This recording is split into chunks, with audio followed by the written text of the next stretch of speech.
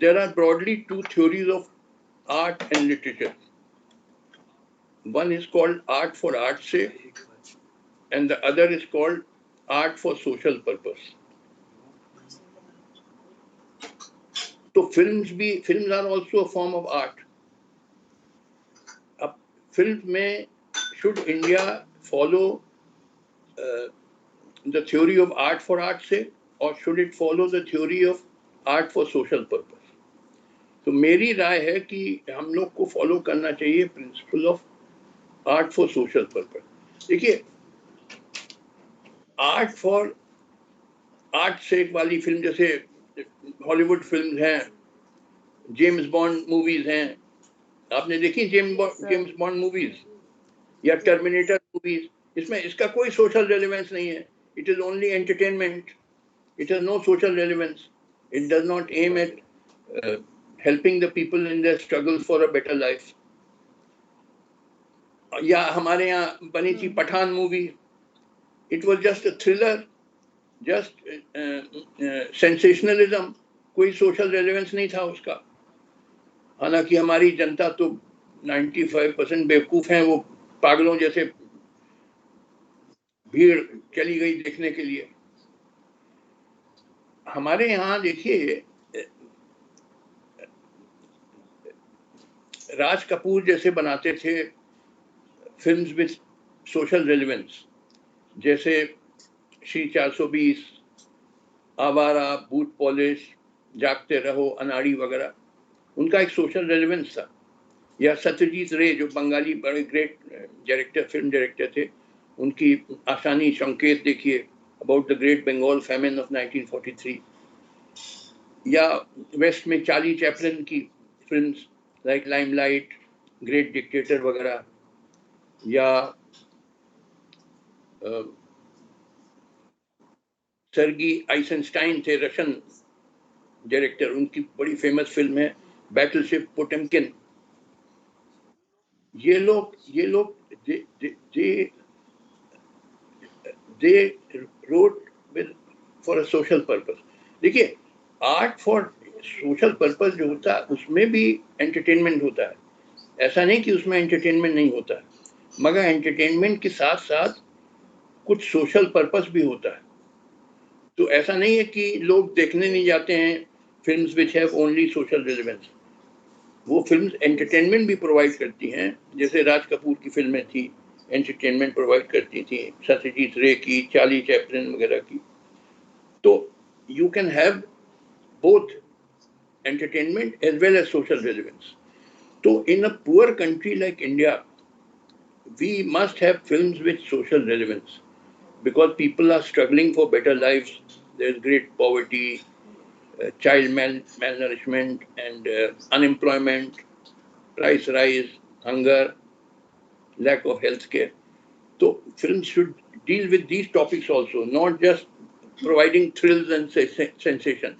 क्योंकि अगर if there's a film like Pathan providing just thrills and sensationalism, it is like a drug. किसी को 2 घंटे एक नशा दे दीजिए, अफीम खिला दीजिए, गिव हिम ओपियम, 2 घंटे तक वो मस्त रहेगा. वो जैसे देवानंद की फिल्म है या राजेश खन्ना की फिल्म है, अमिताभ बच्चन की फिल्म है, they have no social relevance. आप 2 घंटे के लिए चले जाते हैं कश्मीर और वो लड़का लड़की को पीछा कर रहा है और ब्रिली कश्मीर, 2 घंटे के लिए आप अपना दुख दर्द भूल जाते हैं and you go into a world of make believe. तो 2 घंटे के लिए एक नशा है, एक नशा दे दिया 2 घंटे के लिए आपको, मगर कोई परमानेंट प्रॉब्लम तो सॉल्व हुआ नहीं.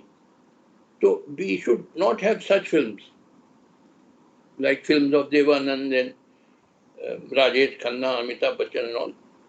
या जो शाहरुख खान की थी पठान, मैंने इसका बड़ा फेसबुक पे बहुत इसके अगेंस्ट लिखा पठान के. मैंने कहा देखिए, I am not against the film because Shahrukh Khan is a Muslim, and I am not against it because उसमें एक वो सैफरन कलर का है ना कपड़े पहने थी दीपिका पादुकोण. इस वजह से मैं अपोज नहीं कर रहा हूँ. I am opposing it because it has no social relevance. How does it help people in their struggle for better life? तो from that point of view, I criticize that film Pathan, not from the point of view of these Hindutva people जो कह रहे थे कि हमारी Hindu feeling hurt हो गई क्योंकि वो दीपिका पादुकोण सैफरन कपड़े पहने थी. तो we should have films which help people in for getting better lives. And जितना भी हमारा जैसे आई डोंट नो आपने नॉवेल्स पढ़ी हैं of Sharat Chandra Chattopadhyay? Yes, Devdas. Devdas important नहीं है जितनी श्रीकांत है या जैसे पल्ली समाज है और बहुत सारी उसकी स्टोरी है, या प्रेमचंद की कहानियां दे है सोशल रेलेवेंस. तो ऐसा लिटरेचर है हमको चाहिए, ऐसी फिल्म चाहिए, क्योंकि ये गरीब देश है. देखिए in rich country like USA and Europe, वहां तो ठीक है आपने बना दिया जेम्स बॉन्ड और टर्मिनेटर वगैरह, क्योंकि वो ऑलरेडी रिच हैं. They don't have the problem which underdeveloped countries have. So I'm saying that in countries which are poor, underdeveloped like India, we must have films and art and literature which has social relevance, not just only providing entertainment and thrills and sensations. तो उस point of view से मैंने इस पे कई Facebook post डाले.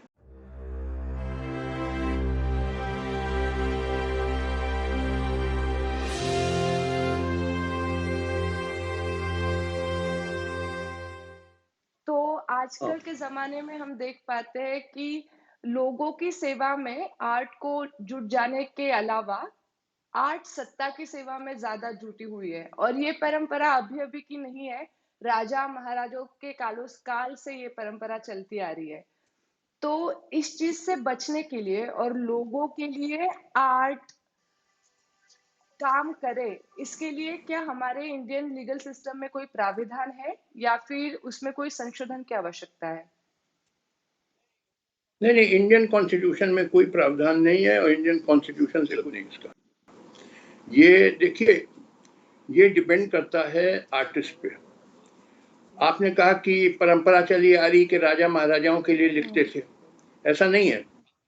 आपने पता नहीं हिंदी लिटरेचर पढ़ा है, कुछ हिंदी साहित्य की आइडिया है आपको?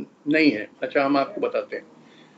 जो भक्ति काल के राइटर्स थे, जैसे कबीर, सूर, तुलसी, ये लोग जनता के लिए लिखते थे.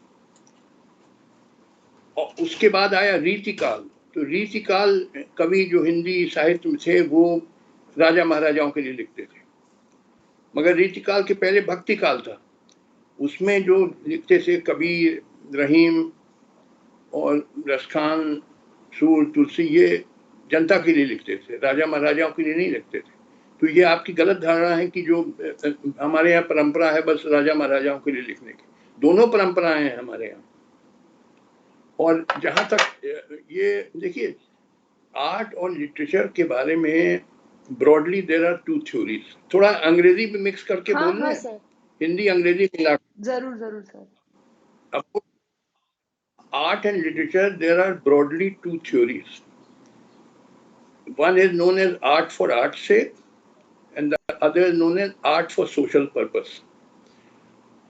तो art for art's sake वाले कहते थे कि art is only meant for creating a work of beauty and to entertain people. It should not have any social purpose, because if it has social purpose, it ceases to be art and it becomes propaganda. ये view थी of the people who belong to the school of art for art से. जैसे English में John Keats थे, या हमारे यहाँ broadly Tagore थे, और इस तरह से मैं बहुत सारे नाम बता सकता हूँ जो लोग ये मानते थे कि art should only be for art's sake, just to please people by creating a piece of beauty and entertaining people, not for any social purpose. दूसरी जो थ्योरी थी आर्ट फॉर सोशल पर्पस, वो ये कहती थी कि apart from entertaining people, art should also serve a social purpose. It should help people in their struggle for a better life. इसमें जैसे चार्ल्स डिकन्स थे या जॉर्ज बर्नार्ड शॉ इंग्लैंड में थे, और विक्टर ह्यूगो थे फ्रांस में, और अमेरिका में अपटन सिंक्लेयर थे, और इंडिया में शरद चंद्र चट्टोपाध्याय और काजी नजरुल इस्लाम. उर्दू पोइट्स वो mainly poets of school of art for social purpose, जैसे फैज अहमद फैज, जोश वगैरह. तो ये ब्रॉडली दो थ्योरीज है. तो film are a form of art. तो फिल्म के बारे में भी यही दो थ्योरीज अप्लाई करेंगे. तो मुझे बस यही सवाल था कि जो प्रैक्टिस कम हो रही है जनता के लिए कला को बनाने की, उसके लिए क्या हो सकता है? बस वही सवाल था। ये तो देखिए कलाकार पे डिपेंड करता है. कुछ कलाकार हैं जो बिकाऊ हैं, जो बस पैसा कमाना चाहते हैं और गवर्नमेंट को खुश करना चाहते हैं, तो उनकी चमचागिरी करते हैं. और कुछ कलाकार हैं जो बहादुर हैं, जो देश की सेवा करना चाहते हैं, जो जनता की मुसीबतों पे लिखते हैं, वैसे भी कलाकार हैं. तो दोनों प्रकार के हैं. Okay sir. Sir, Indian law में कलाकारों के आर्टिस्टिक एक्सप्रेशन को और उनकी उसकी आज़ादी को संभालने के लिए क्या है, क्या प्रावधान है? और कलाकारों को कला के निर्माण में किन लिमिटेशंस को समझना ज़रूरी है? देखिए संविधान में आर्टिकल 19(1)(a) है, जो देता है freedom of speech and expression. तो फ्रीडम है स्पीच एंड एक्सप्रेशन की, subject of course to morality and security of states etc. Otherwise there is freedom.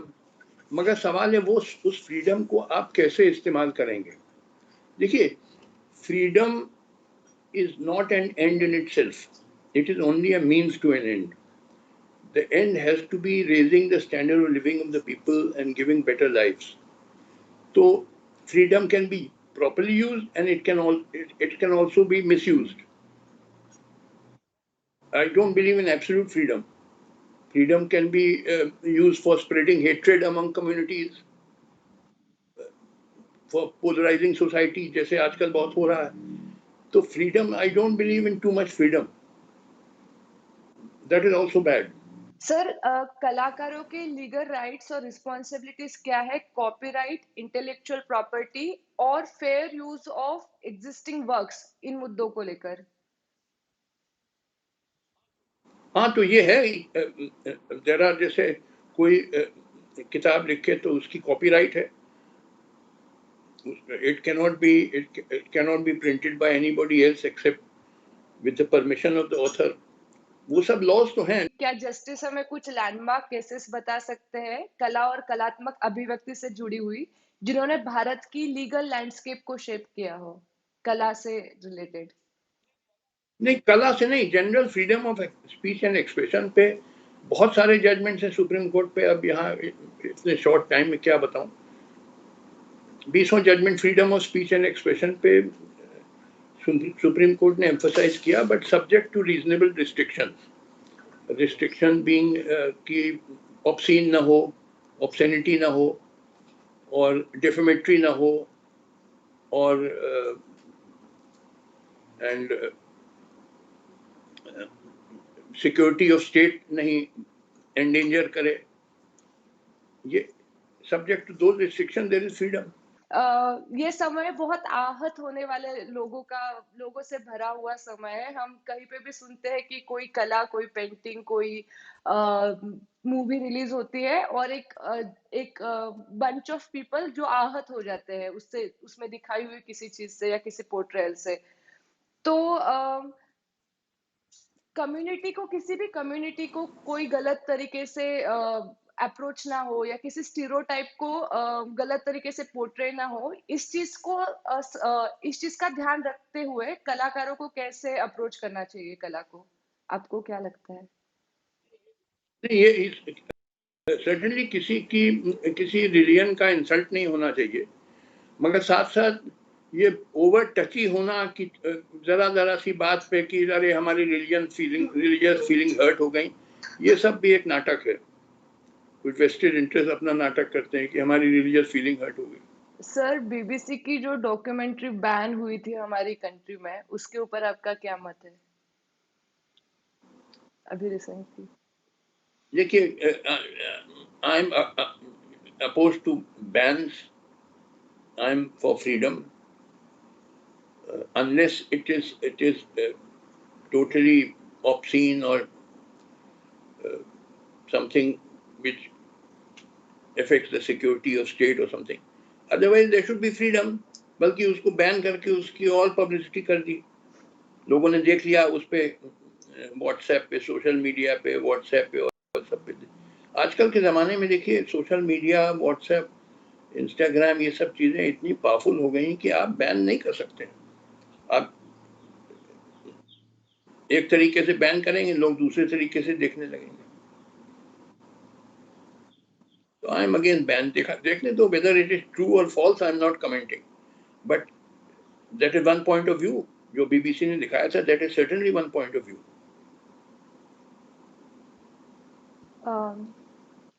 Sir, ये जो नेशनल फिल्म की जो सारे एनएफडीसी हो या फिर बाकी जो संस्थाएं थी, उनका विलीनीकरण हुआ है, मर्जर हुआ है, और उससे कई बार ऐसे चर्चा में आ रहा है कि अ, ये हानिकारक है गवर्नमेंट के द्वारा फंडेड होने वाले फिल्म प्रोजेक्ट्स के लिए, या फिर ये कहीं ना कहीं कैपिटलिस्टिक इकोनॉमी के तरफ फिल्मों को ढकेल रहा है।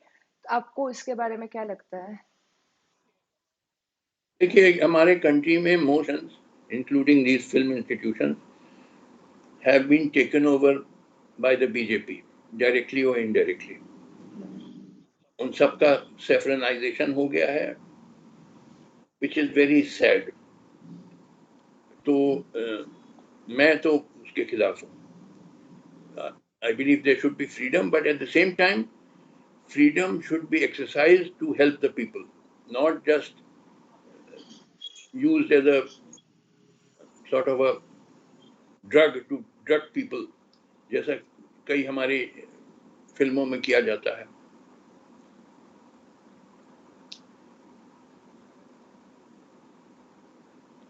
मेरा आर्टिकल है role of art and literature, आप गूगल पे देख लीजिएगा, justice Katju role of art and literature, उसमें मेरी व्यूज सब आप पढ़ सकते हैं।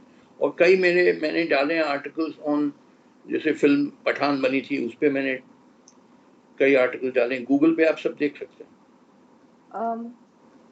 सर, पब्लिक स्पेसेस में कुछ आर्टिस्ट जाके परफॉर्म करते हैं, थिएटर हो या फिर कुछ स्ट्रीट स्ट्रीट पे जाके पेंटिंग्स करते हैं, तो उनको लेके कुछ मतलब प्रोटेक्शन है क्या?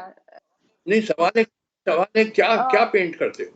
Are you doing painting which help the people, और are you doing painting to spread hatred? You can do a painting कि मुसलमान सब बदमाश होते हैं, ये भी आप पेंटिंग कर सकते हैं। ये सवाल है कि आप अपना फ्रीडम यूज कैसे कर रही है, इस पे आइए। Freedom itself is, as I said, it cannot be an end in itself, because it can be grossly misused. Freedom can be used for dividing people, for spreading hatred among people, and spreading reactionary ideas. Freedom should be used for helping the people. Satirical place, political cartoons, और या film जो real events पे based है या किसी इंसान के ऊपर बेस्ड है, तो उसमें मोस्टली हम देखते हैं कि डिफेमेशन केस हो जाता है, एक पार्टी कलाकार के ऊपर करती है। तो उसके बारे में आपका क्या कहना है? देखिए, डेफेमेशन तो क्राइम है हमारे इंडियन पिनल कोड में, मगर at the same time people should not be over टची। जरा सी बात पे कहते हैं कि हम डिफेम हो गए, हमारी रिलीजियस फीलिंग हर्ट हो गई। कुछ ये लोग ड्रामा भी करते हैं। तो अब जैसे I will give you an example. एक I think she is a film star, Khushboo, chameleon है। खुशबू, आपने नाम शायद हो सकता है सुना हो। नाम सुना आपने खुशबू? No sir. आपने कुछ नहीं, अच्छा खुशबू है। अच्छा चलिए, उन्होंने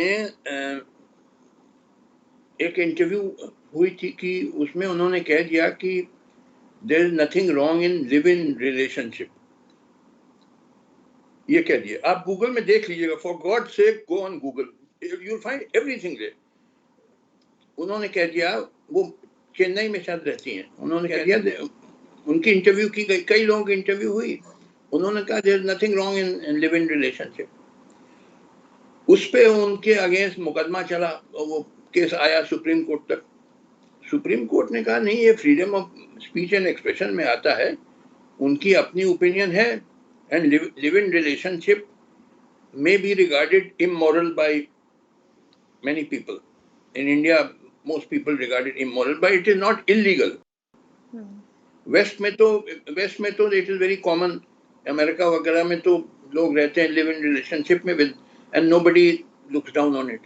हमारे यहाँ मेजोरिटी, क्योंकि कंजर्वेटिव कंट्री है, majority people disapprove of it, but it is not illegal. इस पे जजमेंट है, मेरा जजमेंट भी है, Lata Singh versus state of UP है, और खुशबू वर्सेस कन्नी अम्मल, खुशबू का केस का नाम है खुशबू वर्सेस कन्नी अम्मल। उसमें भी सुप्रीम कोर्ट ने कहा है कि live in relationship is not illegal, although the majority does not approve of it. तो अब लोग जरा जरा सी बात पे कि बड़ा हमारा और लोगों ने, जो कैमिलियंस ने फाइल किया था वो केस, बोले सारे तमिलनाडु की लड़कियों का डिफेम कर दिया। तो सुप्रीम कोर्ट ने कहा she has not spoken about that all Tamilian girls are like this. उन्होंने अपनी ओपिनियन एक्सप्रेस करी, she has a right under the constitution. Sir, Kerala files या कश्मीर फाइल्स इस तरीके की फिल्म्स आती है और विवाद में फंस जाती है, जिसमें कि एक तरीके के नैरेटिव या फिर बहुत ज्यादा बढ़ा चढ़ा के किसी नैरेटिव को दिखाया गया है। बाद में वो नंबर्स खुद डायरेक्टर या फिर प्रोड्यूसर्स आके एडमिट करते हैं कि गलत प्रोवाइड किए गए हैं। पर कुछ एक तरीके का काम जो ऑलरेडी स्क्रीन पे आ गया है, नंबर के माध्यम से हो या उन्होंने दिए हुए बयानों के माध्यम से हो, वो तो अपना काम कर जाता है। ऊपर से सोशल मीडिया के प्रभाव के बारे में अभी आप कह भी रहे थे कि कोई चीज बंद नहीं रह सकती, वैसे वो बहुत ज्यादा लोगों तक फैल भी जाता है। और कोई एक बयान फैलता है, शायद उसको वो वापस ले रहे हैं, वो इतना लोगों तक नहीं पहुंचता है या फिर उसके लिए बहुत लेट हो जाता है। तो ऐसे वक्त में हमें एज अ सोसाइटी कैसे कॉन्शियस रहना चाहिए? हम किसी भी आर्ट को जब देखते हैं, फिल्म हो या फिर किताब हो या फिर कविता हो या कुछ भी। देखिए, जहां तक कश्मीर फाइल्स के बारे में बात हो रही है, मैं खुद एक कश्मीरी पंडित हूँ, मेरे कई रिश्तेदारों पे जुल्म हुआ, बात सही है, कश्मीरी पंडितों पे बहुत जुल्म हुआ, कुछ को मार डाला गया, कितने लाखों को बेघर कर दिया गया, भागना पड़ा जान बचाने के लिए जम्मू दिल्ली वगैरह, ये सब बातें सही हैं। मगर जो कश्मीर फाइल्स में ये जैसे पेंट किया गया कि सारे मुसलमान जालिम हैं, दैट इज नॉट करेक्ट। कुछ कश्मीरी मुस्लिम ने जुल्म जरूर किया, मगर बाकी जो कश्मीरी मुस्लिम थे, जो ये कश्मीरी पंडितों पे जुल्म को सपोर्ट नहीं करते थे, उनको भी चुप लगाना पड़ा डर के मारे, क्योंकि ये जो यंग लड़के मशीन गन लेके आते थे, तो अब आप निहत्थे हैं, कैसे उनसे सामना करेंगे, तो आप चुप लगाते थे। मगर वो ऐसा पेंट किया गया कश्मीर फाइल में कि जैसे सारे कश्मीर मुसलमान जालिम हैं, सभी ने हिंदुओं पे जुल्म किया, ये बात सही नहीं है। वो लिखा, वो फिल्म बनाई गई थोड़ा, अगेन आज के जो माहौल है, हिंदुत्व का माहौल, उसको देखते हुए बनाई गई और उससे बहुत पैसा कमाया इन लोगों ने, क्योंकि तमाम अब यहाँ तो भीड़ चली जाती है, जैसे पठान को देखने चली गई है, पागलों जैसे सब गई, वैसे कश्मीर फाइल देखने भीड़ चली गई और फिल्म ने बड़ा पैसा कमा लिया। मगर वो एग्जैजरेटेड है, वन साइडेड है, कुछ चीजें सही कही गई कश्मीर फाइल में, मगर कुछ चीजें गलत कही गई हैं, जैसे सारे all Muslims have been painted as the devils, Kashmiri Muslim, which is not correct. मेरे बहुत कश्मीरी मुस्लिम फ्रेंड्स हैं, they are very good people. तो वो ट्विस्ट दिया गया उस फिल्म में फॉर कमर्शियल पर्पस, उससे खूब पैसा बनाया इन लोगों ने। और केरला फाइल सर, उसमें तो नंबर ही गलत बताया था, प्रोमो में बताया था एक ह्यूज नंबर, और फिर वो 3 है लड़कियां, ये बाद में सामने आया कि वो एक हजारों की संख्या वाला नंबर नहीं है, तो वो सिर्फ 3 लड़कियां हैं इंडिया से आईएसएस में गई हुई। वही मैंने बताया ना, ये जो फिल्में बनाई जाती हैं, ये पैसा बनाने के लिए बनाई जाती हैं, कोई देश जनता की सेवा करने के लिए बनाई नहीं जाती हैं। तो मिर्च मसाला रखना बहुत जरूरी है, क्योंकि जनता को मिर्च मसाला बहुत पसंद है। कोई थ्रिल हो, कोई सेंसेशन हो, कोई ऐसा फिल्म बनाओ कि, और इससे कम्युनल हेट्रेड भी और बढ़े। आज के माहौल में ये भी कुछ पॉलिटिकल पार्टीज चाहती हैं कि और हिंदू मुस्लिम में तनाव बढ़े, हेट्रेड, नफरत बढ़े, उस पॉइंट ऑफ व्यू से बनाई जाती हैं। तो ये तो बिल्कुल गलत है और मैं इसका सख्त विरोध करता हूं। मगर द पॉइंट इज कि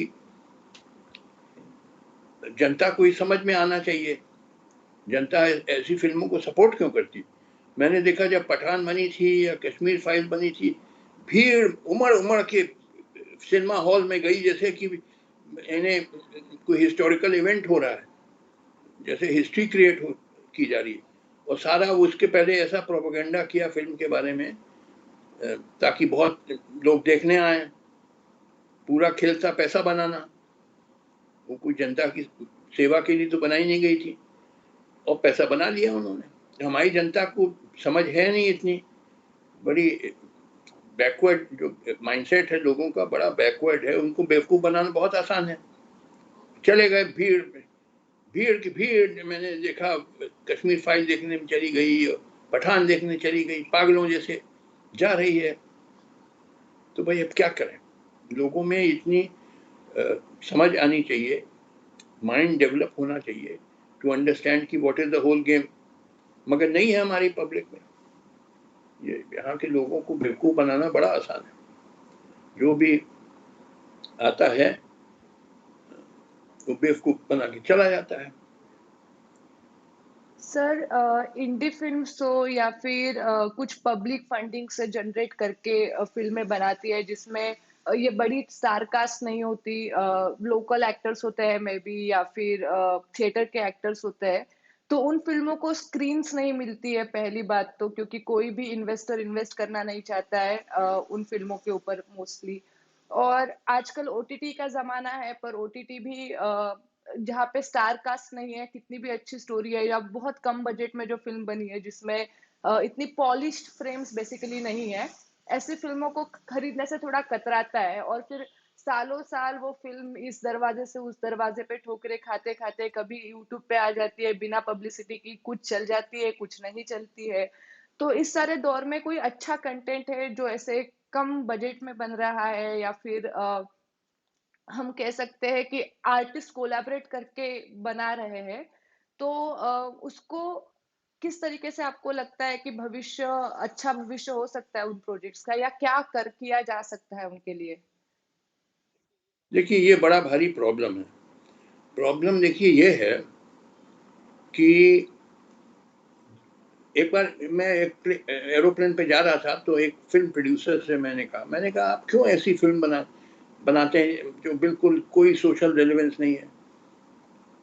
बोले कि देखिए साहब, हम लोग बिजनेसमैन हैं, हम यहाँ कुछ सोशल सर्विस करने आए नहीं हैं, हमें ऐसी फिल्म बनानी है जो खूब लोग देखने आए।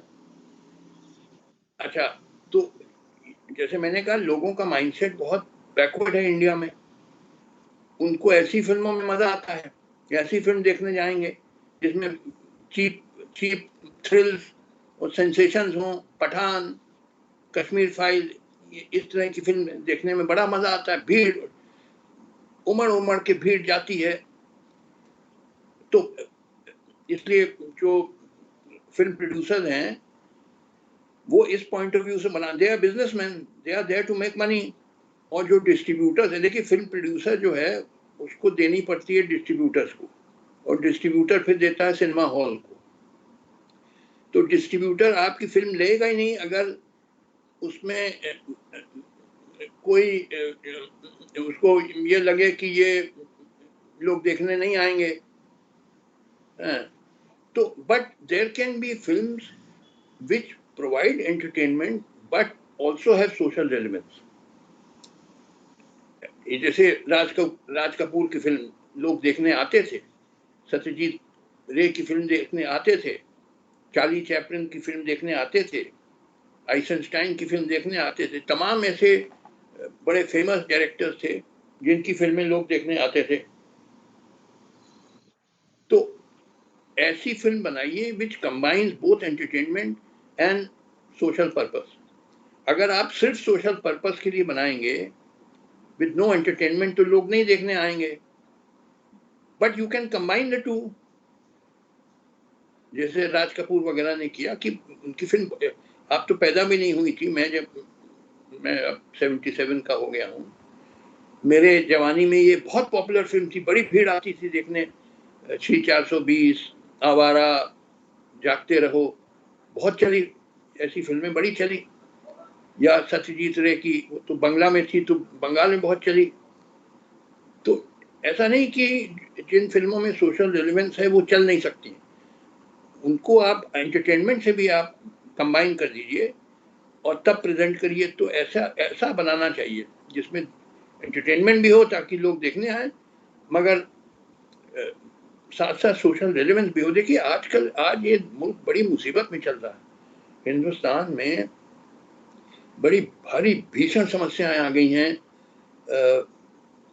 गरीबी की, बेरोजगारी की, महंगाई की, और चाइल्ड मेल न्यूट्रिशन। हर दूसरा बच्चा भारत में कुपोषित है, एवरी सेकंड चाइल्ड।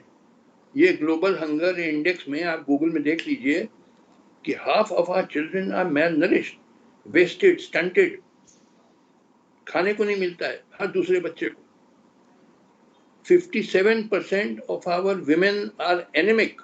आप भी लेडी हैं, आप भी औरत हैं, आपको मालूम है 57% इंडियन विमेन आर एनेमिक, यानी उनके ब्लड में आयरन नहीं है।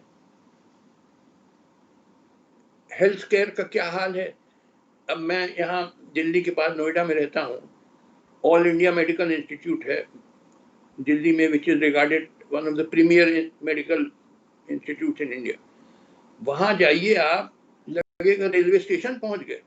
हजारों लोग बैठे बेचारे, कोई उनको पूछने वाला नहीं, कोई वहां डॉक्टर नहीं, घंटों बैठे रहते हैं बेचारे बीमार लोग, गरीब लोग।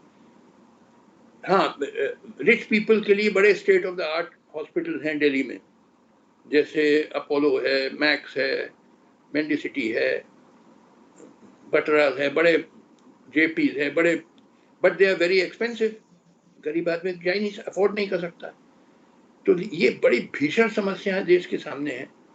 तो हमारा जो कला है, जिसमें फिल्म भी आती हैं, लिटरेचर भी आता है, they should have social relevance. जैसे शरद चंद्र चट्टोपाध्याय की आप स्टोरी पढ़िए, प्रेमचंद की पढ़िए, काजी नजरुल इस्लाम की पोइट्री पढ़िए, और उर्दू में तो बहुत सोशल रेलेवेंस है। जैसे फैज की पोएम थी हम देखेंगे, आपने सुना होगा, जो हम, यानी वो पाकिस्तानी थे, यहाँ आईआईटी के लड़कों ने वो गाया जब उनका प्रोटेस्ट हो रहा था। Many educational institution, Urdu poetry में बहुत सोशल रेलेवेंस है बड़ा। It is a poetry of protest, protest against the injustice, against the afflictions of the common man, आम आदमी पे जो मुसीबतें हैं उसके खिलाफ आवाज उठती है उर्दू पोइट्री में। तो बड़ी महान कविता है। तो इसी तरह सारा जो कला है, या जैसे आपने मैक्सिम गोर्की का नाम सुना है? Mother. He was a very great Russian writer. उसकी जो नॉवल थी मदर, या उसकी पोएम है song of the stormy petrol.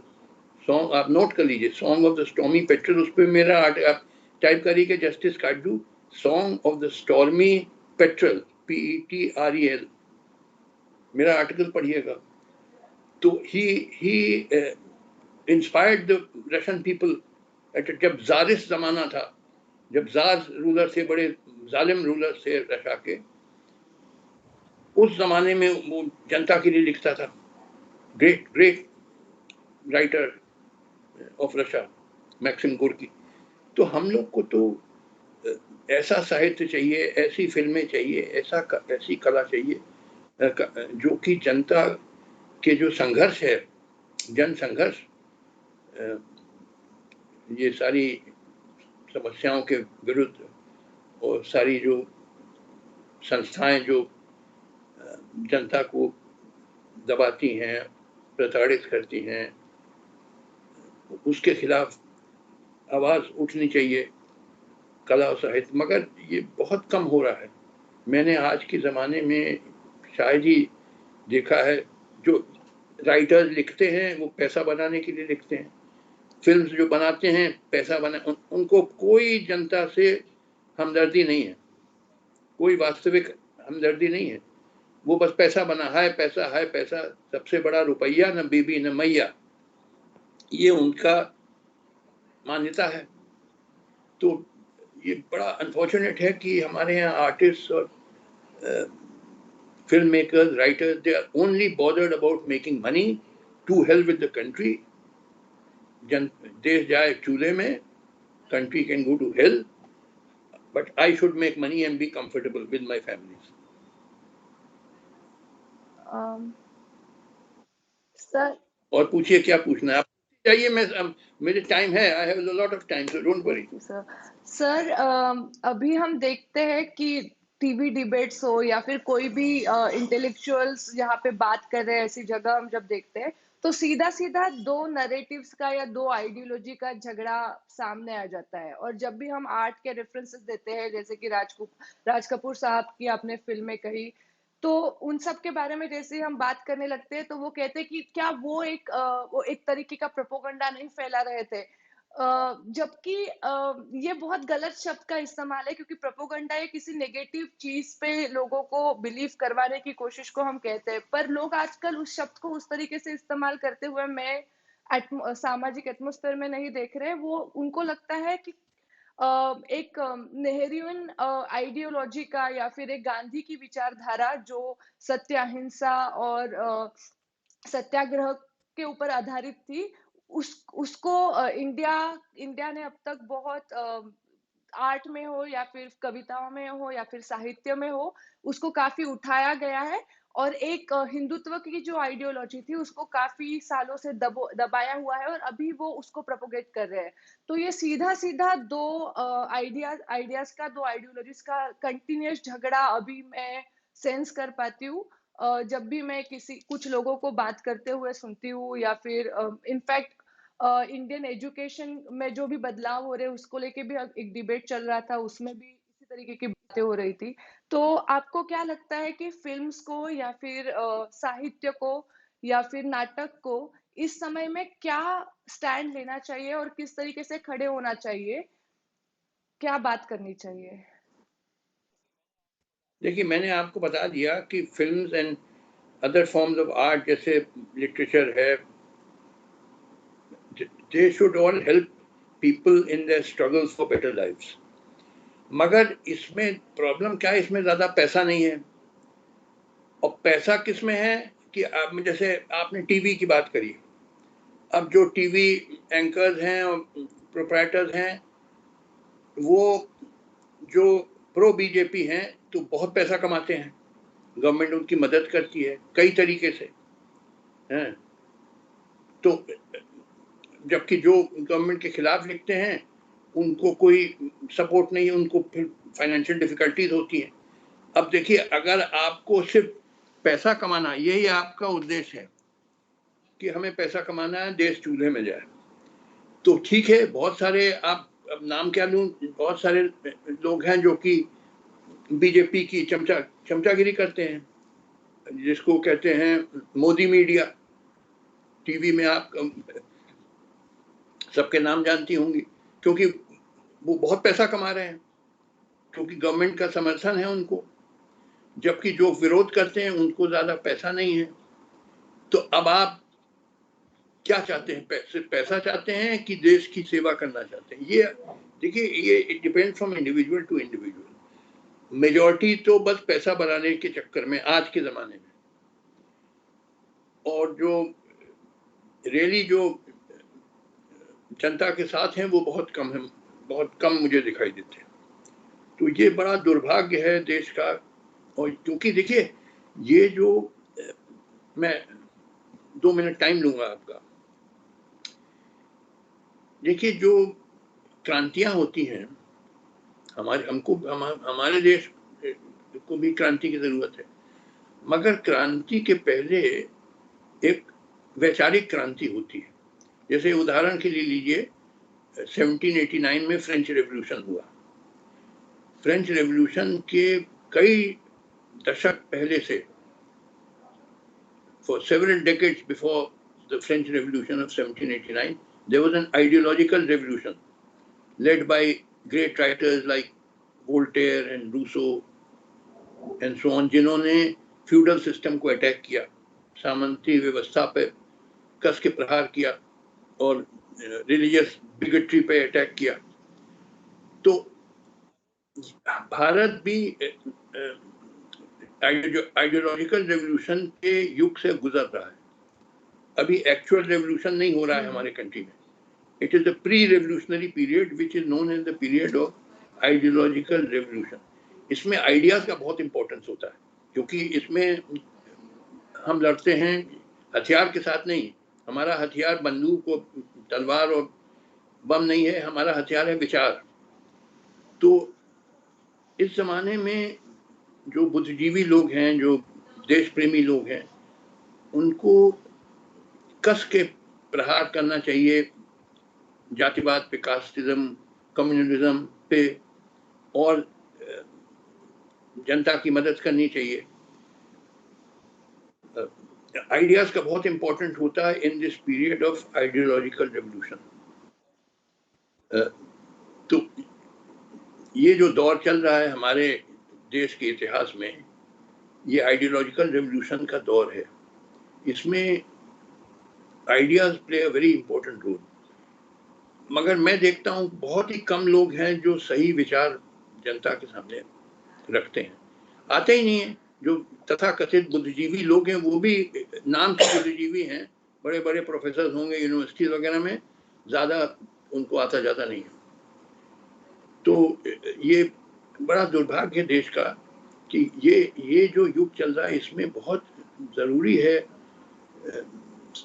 ऐसे बुद्धिजीवी जो वास्तव में देश प्रेमी हैं, जनता से सहानुभूति रखते हैं और जनता को मार्गदर्शन दे सके। और ये इसमें कला और साहित्य का बड़ा महत्व होता है इस युग में। इस युग में जो आइडियोलॉजिकल रेवोल्यूशन का युग है, प्री रेवोल्यूशनरी युग, इसमें कला और साहित्य का बड़ा महत्व होता है, क्योंकि artists and writers can inspire people to fight against the forces opposing the people. जैसे हमारे यहाँ वो गाना था, सरफरोशी की तमन्ना अब हमारे दिल में है, बिस्मिल का गाना, या जैसे फैज ने लिख दिया हम देखेंगे। तो ये जनता को इंस्पायर करता है। Art and literature can be of great help to the people in their struggles for better lives by inspiring them to great deeds of fighting against the forces which are opposing them. बहुत important हो जाता है literature, poetry, films का भी इन जो जालिम शक्तियां हैं उनसे लड़ने के लिए जनता को प्रोत्साहित कर सकती हैं। They can inspire people to do great deeds and give guidance. बहुत इंपॉर्टेंट होता है ये। आज के दौरान में जब आइडियोलॉजिकल रेवोल्यूशन के थ्रू गुजर रहा है भारत, इसमें सही कला की बहुत जरूरत है, जो जनता को सही रास्ता दिखाए और जो कुरीतियां हैं उन पे कस के प्रहार करें, जैसे जातिवाद और सांप्रदायिकता पे कस के प्रहार करें, बहुत जरूरी है। मगर मैं देखता हूं आपके टीवी पे कई चैनल वो हिंदुत्व को प्रमोट करते हैं, वो समाज को और पोलराइज करते हैं, हिंदू मुस्लिम इसी पे बात करते हैं। तो ये दैट इज वेरी अनफॉर्चुनेट। और इसमें जो सच्ची देश प्रेमी लोग हैं और जो बुद्धिजीवी, उनकी बहुत जरूरत है आज के देश को, क्योंकि वही मार्गदर्शन दे सकते हैं। ये पॉलिटिकल पार्टी जो है ना, ये सब बिल्कुल बेकार है, चाहे वो बीजेपी हो चाहे ऑपोजिशन पार्टीज, इन सबको मैं कोई I have no respect for them. ये इनको they have no real love for the people. ये ऑपोजिशन पार्टीज हैं, कांग्रेस वगैरह, ये चाहती हैं फिर से सत्ता में आ जाएं ताकि फिर से देश लूटें जैसे पहले लूटा। मैं कोई बीजेपी का सपोर्टर नहीं हूँ, मगर मैं कांग्रेस वगैरह का भी सपोर्टर नहीं हूँ। सब पार्टी को मैं एक ही थैले का चत्ता बट्टा मानता हूँ कि ये लोग चाहते हैं सत्ता और पैसा, चाहे बीजेपी वाले हों चाहे कांग्रेस वाले हों चाहे कोई वाले। They have no genuine love for the people, they are only out for power and wealth. और पूछिए क्या पूछिए। सर, महाभारत में जो गीता का पार्ट है वो माइथोलॉजिकल है, कुछ लोग मानते हैं, कुछ लोग कुछ अलग मानते हैं। अभी ओपनहाइमर नाम की नोलन की फिल्म आई है और उसमें एक बहुत कंट्रोवर्सी हो गई है क्योंकि उसने गीता का एक श्लोक बोला है और वो जिस कंडीशंस में बोला है अपने प्रेयसी के साथ बेड पर होते हुए एक्टर ने, तो उसको लेके बड़ी कंट्रोवर्सी हो रही है। जबकि फिल्म का जो मुख्य किरदार है उसने गीता का सच में अध्ययन किया है और वो ही really understood that what it means by I am a destroyer of worlds. जब गीता में ये लिखा गया है तो उसका मतलब तो अ, मतलब जो आर्टिस्टिकली अप्रोच करे फिल्म को, उनको वो काफी इन द कॉन्टेक्स्ट लग सकता है और सही भी लग सकता है। पर फिर भी जिस इस तरीके से किसी भी माइथोलॉजी के इस्तेमाल पे या किसी भी भगवान के चरित्र या फिर कैरेक्टर के इस्तेमाल पे ये जो बवाल होते रहते हैं बार बार, इसके बारे में आप क्या कहोगे? देखिए, ये सब बात का बतंगड़ है। Making a mountain out of a mole hill, जो अंग्रेजी में कहावत है कि मेरे रिलीजियस फीलिंग हर्ट हो गई कि वो दिखा दिया कि वो ओपेनहाइमर की जो मिस्ट्रेस थी वो वाइल मेकिंग सेक्स वो गीता पढ़ रही थी। अरे ये सब बिला वजह की बातें हैं। It is just making mountain out of mole hill. मगर कुछ लोगों को यही आदत है करने की, दिखाना कि हम कितने हिंदुत्व के सपोर्टर हैं। तो ये सब का कोई इट इज ऑल मीनिंग। ये सब क्रिटिसिज्म जो हो रहा है, मैंने बहुत, जो आपने बात बताई मुझे मालूम है कि क्रिटिसिज्म हो रहा है कि वो ओपेनहाइमर जो who was known to be father of the atomic bomb, तो वो उसने जब एटम बॉम्ब एक्सप्लोड हुआ था,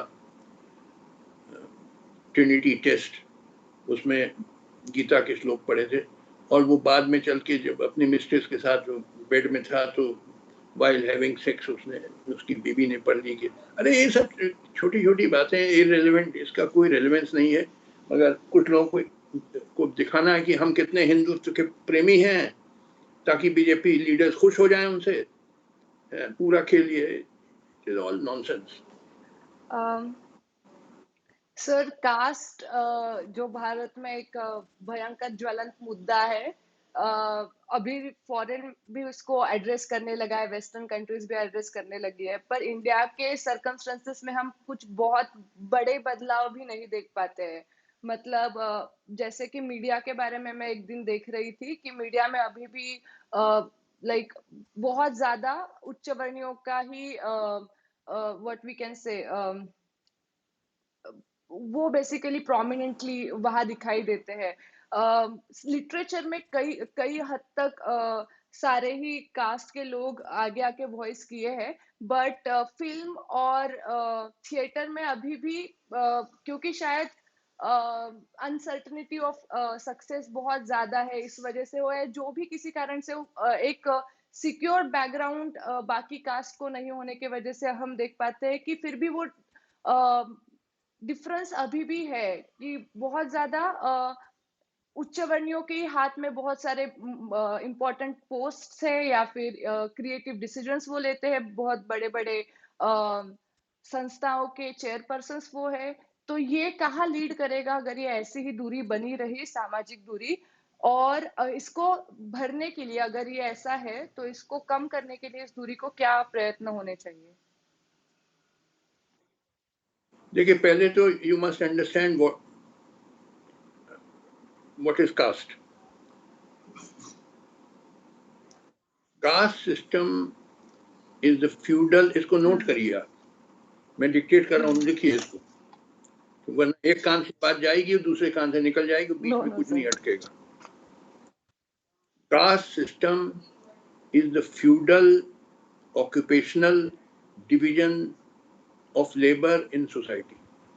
मैं रिपीट कर रहा हूँ, cast system is the feudal occupational division of labour in society. लिख लिया? अच्छा, अब मैं समझाऊं इसका मतलब क्या हुआ। देखिए, जो ये फ्यूडल सोसाइटी होती है, सामंती समाज, it is mainly an agricultural society, मगर एक इसमें एक स्मॉल इंडस्ट्री भी होती है। Of course it is handicraft industry, not mill industry, not modern industry, handicraft industry. तो फ्यूडल सोसाइटी में भी कई वोकेशंस होते हैं और हर वोकेशन एक कास्ट हो गया। जैसे बढ़ई, आपके पता नहीं महाराष्ट्र में क्या कहते हैं, हम यूपी के रहने वाले, वैसे कश्मीरी पंडित है मगर यूपी में रहे हैं। बढ़ई, जिसको इंग्लिश में कारपेंटर कहते हैं, वो एक जात बन गई। कुम्हार, पॉटर, अब उस जमाने में पॉट्स की जरूरत, घड़े की जरूरत होती पानी रखने के लिए, प्यास लगे, पॉटर एक जात बन गई। या नाई, मार्बर एक जात बन गई। सोनार, गोल्डस्मिथ एक जात बन गई। लोहार, जो लोहे का काम करता है, जात हो गई। चमार, जो चमड़े का काम करते हैं। जैसे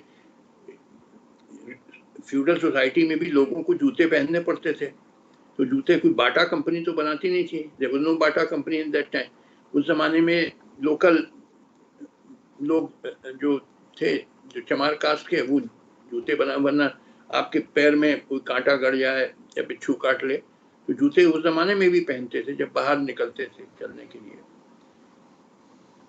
तो every vocation became a caste, और ये इंडिया में नहीं था।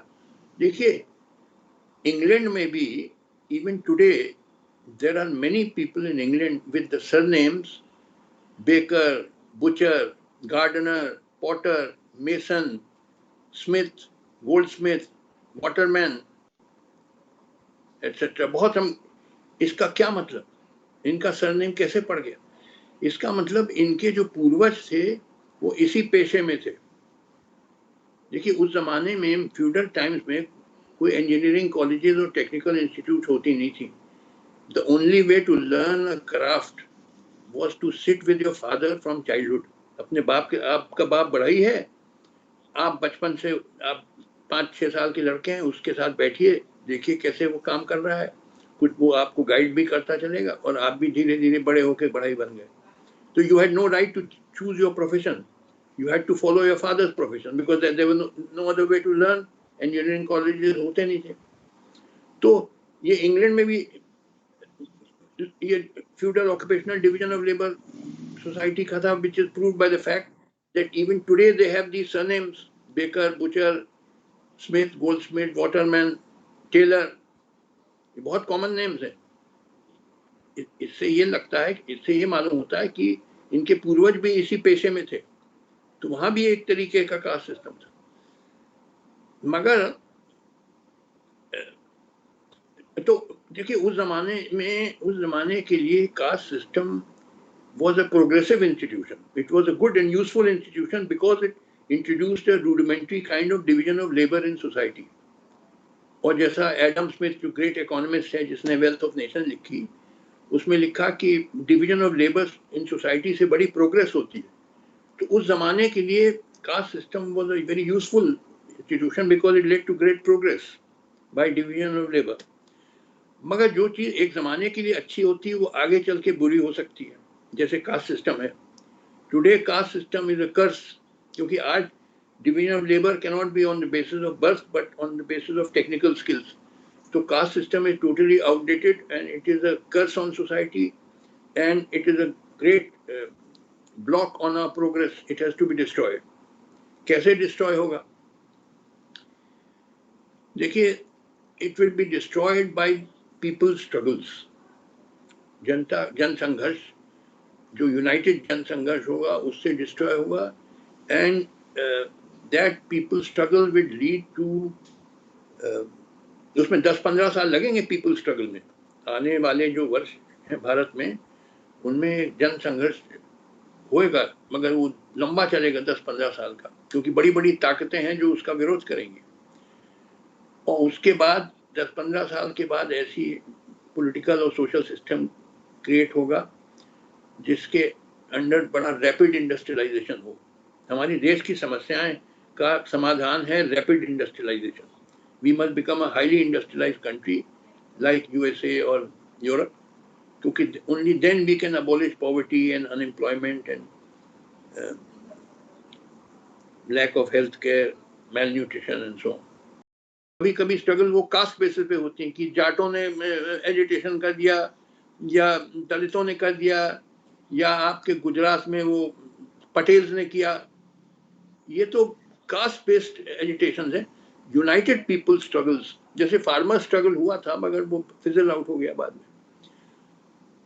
तो एक तो पीपल स्ट्रगल से कास्ट डिस्ट्रॉय होगा, दूसरा बाय इंडस्ट्रियलाइजेशन, क्योंकि जब फैक्ट्री में लोग आते हैं तो वो नहीं, फैक्ट्री जो मैनेजर है वो नहीं देखता है आपकी जात बिरादरी, वो देखता है आपके टेक्निकल स्किल्स क्या हैं।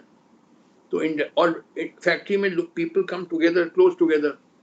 जबकि फ्यूडल सोसाइटी में human population are not concentrated in one place, they are spread out over vast areas in small communities, villages वगैरह। मगर जो अर्बन एरियाज हैं जहाँ इंडस्ट्री लगती हैं, वहाँ पे people are concentrated in the urban area in factories and establishment and educational institutions, so people come together।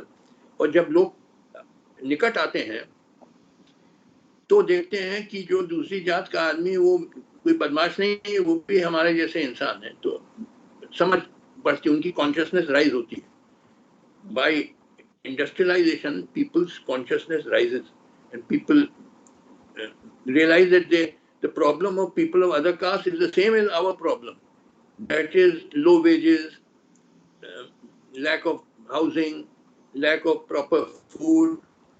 सबकी एक ही समस्या है, चाहे जो भी जात के हो, जो भी मजहब के हो। That unites people। तो and that therefore destroys caste system। और थर्डली अभी जो शुरू हुआ है रिसेंट ट्रेंड, हालांकि बहुत छोटा है, कि inter religious marriage, inter caste marriage, इससे भी कुछ हद तक, हालांकि बहुत अभी स्मॉल स्केल पे हो रहा है, मगर आगे चल के बड़े स्केल पे होगा, उससे भी डिस्ट्रॉय होगा। सर, इंडियन सोसाइटी को समझने के लिए और कला का उसमें क्या भूमिका है ये समझने के लिए कोई एक बुक अगर आप सजेस्ट कर सकते हैं हमारे दर्शकों को पढ़ने के लिए तो प्लीज। नहीं, एक तो आप मेरा आर्टिकल पढ़ लीजिएगा, गूगल पे है। आप लिखिए गूगल पे Katju role of art literature and the media, इस पे बड़ा लंबा आर्टिकल मेरा है।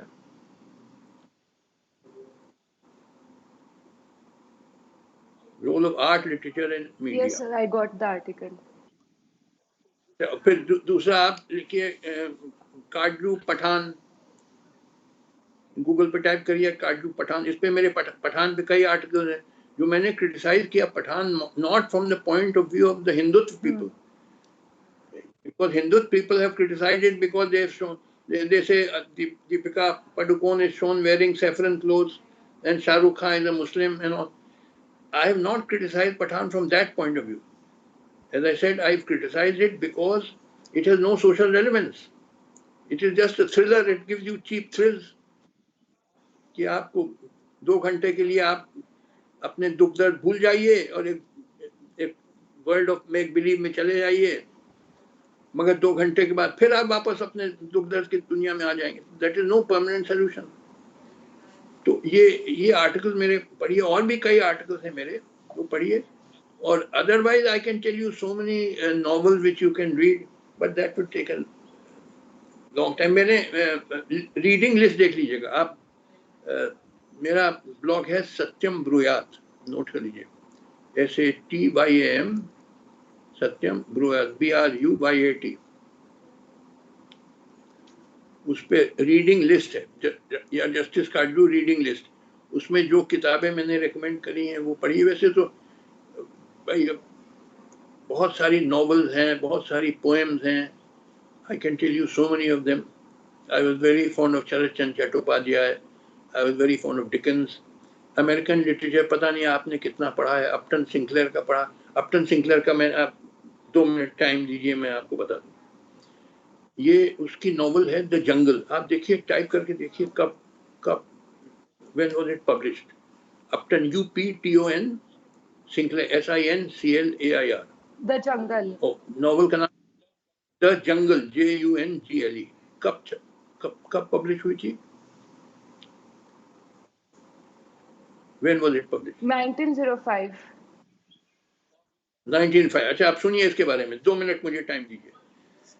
ऐसा था, अमेरिका में पहले there were no food regulations।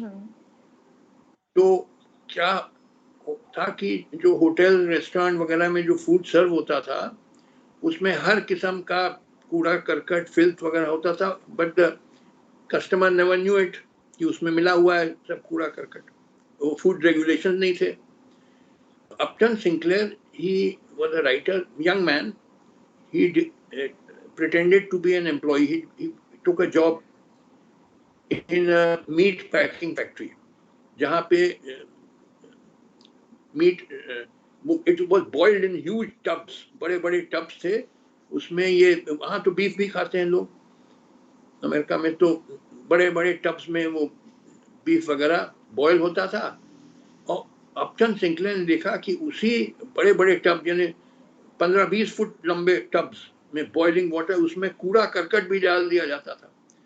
और बल्कि उसने देखा एक दो बार कुछ वर्कर्स गिर गए उसी बॉइलिंग टब में, मर गए वहीं, और उनका भी। तो उसने नॉवल लिखी आफ्टर 3-4 मंथ्स ऑफ एम्प्लॉयमेंट। वो असली में एम्प्लॉय बनने के लिए नहीं गया था, मगर वो स्टडी करने के लिए गया था सीक्रेटली क्या हालात हैं। तब उसने नॉवल लिखी द जंगल। उसमें उसने लिखा कि ये जो रेस्टोरेंट में फूड खाते हैं इसमें सब गंदगी है, और they can be even human meat, क्योंकि मैंने देखा कि 1-2 वर्कर्स उसमें गिर गए थे और दे वर बॉइल्ड, एंड उनका मीट भी बेच दिया गया ये कैफेटेरियाज को, रेस्टोरेंट को, होटल्स को। और नतीजा हुआ कि बल्कि the meat consumption went down by almost 50% in America. लोग सोचने लगे कि हम तो ह्यूमन मीट हमको सर्व हो रहा है, तो खाना बंद कर दिया मीट बहुतों ने। और ये बड़ा हाहाकार मचा उस नॉवल के बाद। And the matter went up to the president of USA, I think he was Theodore Roosevelt at that time. 1905 में थियोडोर रूजवेल्ट वो प्रेसिडेंट। तो थियोडोर रूजवेल्ट ने इनको इनवाइट किया, अपटन सिंक्लेयर को, और ये गए। तो वो प्रेसिडेंट ऑफ USA ने पूछा भाई क्या तू, बोले बताया साहब मैंने अपने आंख से देखा ये सब। तब बड़े स्ट्रॉन्ग रेगुलेशंस फ्रेम हुए for hygiene, for food, high standards of sanitation, and safety, ताकि कोई कूड़ा करकट ना फूड के साथ। बड़े फूड सिक्योरिटी एक्ट है शायद उसका, आप गूगल में देख लीजिएगा अमेरिका में, because of that single novel. कहने का मतलब कि सोशल पर्पस कैसे सर्व किया, how literature art can serve a social purpose, कि उसने ये सब बातें बताई। बोले कि प्रेसिडेंट ऑफ अमेरिका को बताया साहब, ये मैंने अपने आंख से देखा। और नतीजा हुआ कि साहब अमेरिकन गवर्नमेंट ने बड़े स्ट्रॉन्ग रूल्स बनाए to see to it that the food served is clean and pure without any filth or dirt। तो कहने का मतलब कि कला कैसे जनता की मदद कर सकती है। वैसे जैसे चार्ल्स डिकेंस ने नॉवेल लिखी हैं, आपने पता नहीं चार्ल्स डिकेंस की कितनी नॉवेल्स पढ़ी हैं। He strongly criticized the school system in England at that time and the prison system, orphanages, jails। कस के उसने बताया कि क्या स्कूल्स में, बोला कि स्कूल में तो जो टीचर्स हैं वो खुद इलिटरेट्स हैं, और उनका तरीका to discipline the child by physically beating him. तो उससे बड़ा भारी चेंज आया इंग्लैंड में। लोगों ने वो नॉवेल्स पढ़ी उसकी, जैसे ओलिवर ट्विस्ट है, डेविड कॉपरफील्ड है, ये सब पढ़िए आप। तो उससे बड़ा भारी लोगों में रियलाइजेशन आया कि हमको सुधार करना है। तो उससे that served a great social purpose. Similarly George Bernard Shaw की जो प्लेज हैं, हमारे यहाँ शरद चंद्र चट्टोपाध्याय ने लिखा, प्रेमचंद ने लिखा। तो art and films and literature should serve, should have social relevance, should serve society, should help the people in the struggle for a better life, which it can do by exposing the reality, by inspiring people। जैसे maxim Gorky ने inspire किया लोगों को by his great poem song of the stormy petrol, या हमारे यहाँ सरफरोशी की तमन्ना, ये सब ये होना चाहिए, मगर ये हो नहीं रहा है। दुर्भाग्य है कि आजकल कहाँ, क्योंकि राइटर्स और फिल्म मेकर सब पैसा बनाने के चक्कर में, उन्हें जनता से कोई लेना देना नहीं। इतनी पैसे की हवस हो गई है समाज में कि they have no desire to help the people, सिर्फ पैसा पैसा पैसा। That is very sad. ये हिटलर ने भी जर्मनी में किया था। अमेरिका ने कुछ वॉर्स जो साउथ जो कुछ कंट्रीज पे वॉर किए, उसने भी कुछ सीक्रेट्स अपने पास रखे थे, और फिर कई सालों बाद किसी मूवमेंट के चलते या किसी आर्टिकल के वजह से या किसी न्यूज रिपोर्ट के वजह से वो सीक्रेट बाहर आ जाता है, और फिर उसके ऊपर फिल्म्स बनने लगती है, या फिर लोग लिखना शुरू करते हैं। वैसे ही कुछ राजकीय सीक्रेट या पॉलिटिकल सीक्रेट्स इंडिया में भी रखे गए होंगे, रखे जाते होंगे। और ये जो जनता से चीजें छुपाने की परंपरा है, चाहे वो किसी भी बड़े पिक्चर को देखते हुए हो, या कोई भी उसके पीछे अच्छा इंटेंशन हो या बुरा इंटेंशन हो, ये तो वक्त के साथ और लोगों के साथ बदलता जाता है। तो इसको कैसे देखना चाहिए? क्योंकि कई सालों तक ये आर्टिस्ट को पता ही नहीं होता है कि सरकार की किसी मूव के पीछे, या फिर लोगों के बड़े संख्या में लोगों के जीवन में जिस चीज से बदलाव आया, वो चीज क्यों हुई, कैसे हुई? ये बस केवल एक सीक्रेट रख के उनसे छुपाया जाता है, और फिर उसके ऊपर कुछ बात नहीं हो पाती। देखिए, मैं आप उदाहरण दूं आपको। अमेरिका ने लड़ाई लड़ी वियतनाम में, बड़े जुल्म किए वियतनामी लोगों पे, और जो यूएस प्रेसिडेंट थे लिंडन जॉनसन, वो अमेरिकन पब्लिक को डिसीव कर रहे थे, बेवकूफ बना रहे थे। तो उस पे वो डैनियल एल्सबर्ग है, अभी शायद हाल में डेथ हुई उसकी, डैनियल एल्सबर्ग की। ही वाज उसने पेंटागन पेपर्स को रिवील किया, जबकि वो क्लासिफाइड डॉक्यूमेंट था। It is a crime to reveal a classified document. जो यूएस सेक्रेटरी ऑफ स्टेट थे उस जमाने में, क्या नाम था उनका, उन्होंने कंपाइल कर, यूएस डिफेंस सेक्रेटरी, उन्होंने कंपाइल कराए थे Pentagon papers, but they were regarded to be secret, classified. मगर डैनियल एल्सबर्ग ने, देखिए डैनियल एल्सबर्ग टाइप करिए, अच्छा, तो वो उसने 1979 में हुआ था ना? Correct correct. अच्छा, आप सुनिए, इसका इंपॉर्टेंस क्या है, रेलेवेंस क्या है। क्या था, ये सीक्रेट था, क्लासिफाइड डॉक्यूमेंट, तो it is a crime to publicise a secret document. American government का सीक्रेट था, मगर उसका, he was a man with a conscience. He said, I am prepared to go to jail, but I must tell the public of America that they are being deceived by the US president. He said, ठीक है। मतलब अब देखिए conflict आता है ना, एक तरफ तो आपको लॉ नहीं ब्रेक करना चाहिए, दूसरी तरफ ये है कि कभी कभी लॉ ब्रेक करना in the public interest. Public interest था कि पब्लिक मस्ट नो कि how the American people were being deceived by the US president about the Vietnam war. उसने जाके कुछ पॉलिटिशियंस को वो दिए पेंटागन पेपर्स, और वो बड़ी पब्लिसिटी हुई उसकी। और बल्कि जब पब्लिश करने लगे न्यूयॉर्क टाइम्स और वॉशिंगटन पोस्ट, तो पहले यूएस गवर्नमेंट ने केस कर दिया against the New York times and Washington post. उस जजमेंट का नाम है, आप नोट करिए, New York times versus US. New York times versus US, that is the name of the 1971 का, पढ़ लीजिएगा बाद में। तो पहले तो लोअर कोर्ट ने तो वो प्रोहिबिट कर दिया पब्लिकेशन, मगर यूएस सुप्रीम कोर्ट ने कहा नहीं, ये they have right to publish and people must know. तो कहने का मतलब है कि ये ग्रेट कंट्रीब्यूशन था to the people of America by Daniel Ellsberg, by publishing the Pentagon Papers, so that American people got to know how they were being deceived by the US President Lyndon Johnson. कहने का मतलब कि आपको ये देखिए, आपका conscience भी कुछ होता है, सिर्फ पैसा नहीं होता है। पैसा तो ठीक है, हर इंसान को थोड़ा बहुत चाहिए खाने पीने के लिए, मगर ये नहीं कि आप, तो फिर आप स्मगलर बन जाइए, बहुत पैसा कमाना है अगर। आप पैसा कमाइए, बट साथ साथ जनता का भी अपनी ड्यूटी टुवर्ड्स द पब्लिक भी कीजिए, लाइक डैनियल एल्सबर्ग डिड। अभी हाल में उसकी शायद डेथ हुई, आप देख लीजिए गूगल में, बड़ा बड़ी पब्लिसिटी हुई। He was in fact, criminal case चला उसके ऊपर, मगर बाद में जाके छूटा, देख लीजिएगा पूरा। कहने का मतलब ना, इन patriotic people there is a conscience that we have to do our duty to our country. So writers and artists and filmmakers should also have that conscience. ये नहीं कि सिर्फ पैसा बनाना।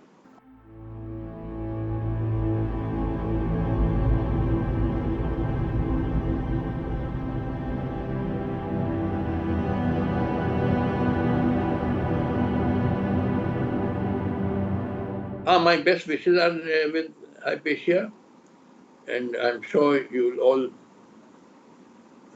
do a great job and be of great service to India.